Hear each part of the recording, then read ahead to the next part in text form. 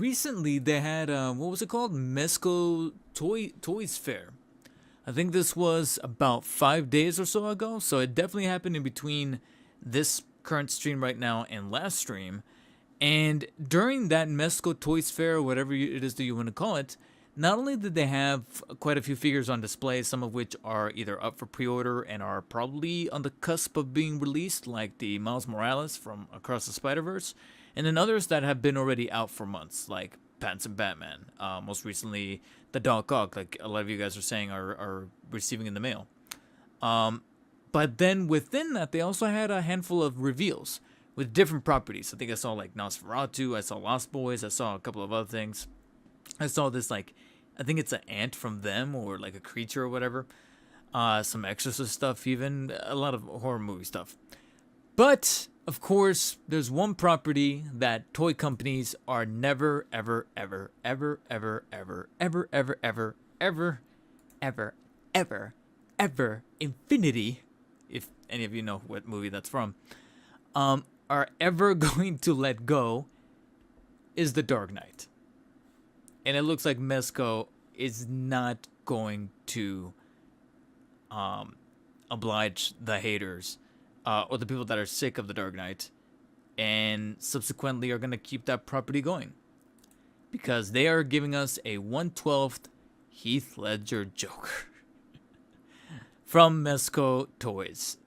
Admittingly, though, I really wish we could see a little bit more of that stitching on the suit, because I feel like that could be a make or break for Mezco, since Mezco thrives on creating actual fabric cloth suits and costumes and clothing for their figures, or stitchings and the like.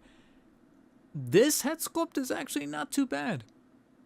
And I'm genuinely surprised that Mezco opted to give us a full look at the head sculpt. I feel like that's something that they probably would have like teased, but they just full on said, bam, look, we're legitimately proud of this, that look at this. And it doesn't look too bad. It doesn't look super Heath Ledger like, but at the same time, when is Mezco is able to nail, I mean, look at their Pattinson Batman, their unmasked one. But as far as like actual quality behind the way that the hair looks, the makeup smear, the emotion, the actual expression on the face. And granted, you'll see right here in the corner, pending licensor approval, prototype shown, final product may vary. Along with the card and a little bit of the sculpting around the hand. And then I think what's truly getting teased here is the actual suit. So you see that you have a little bit of that stitching happening with the hexagonal shirt underneath, the tie, and then you have a very woolly looking coat. And I feel like out of all these, characters that you have within Batman mythos, I think the Joker is one of the ones that a company like Mezco that has said, oh yeah, we do all these like felt goods on our figures and things like that. They cannot mess this up, because this guy's legitimately covered by an overall 3-piece suit. I don't know, they bought it.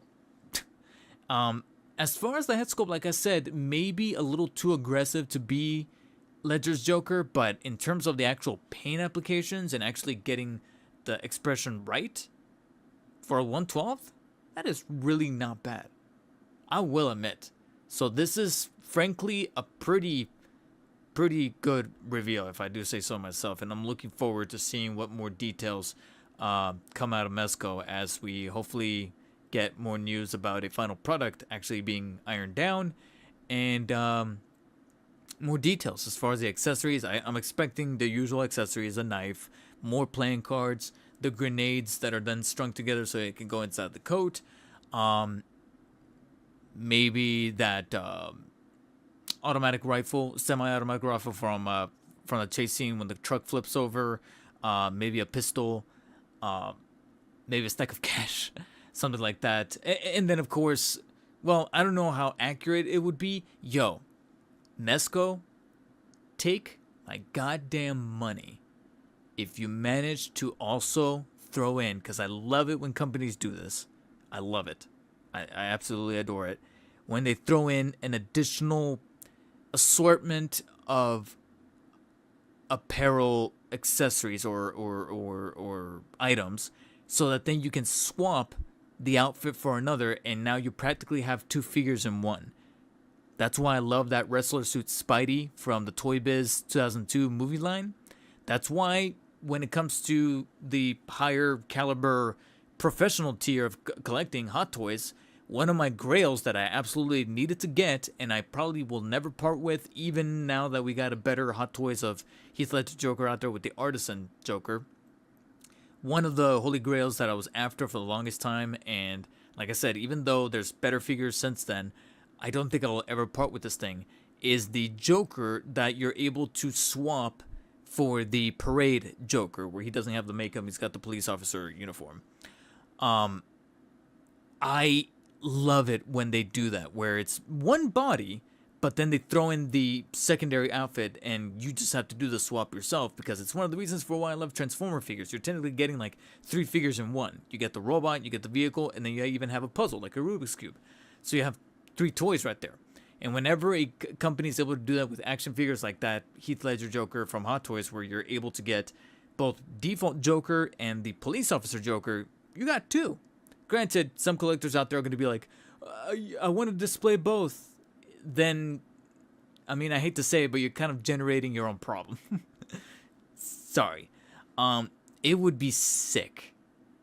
My original point was going to be, it would be sick if Mezco throws in at least the cheaper 3-piece suit and the mask from the bank heist at the beginning of the movie, that you're then able to swap for then the default purple 3-piece suit.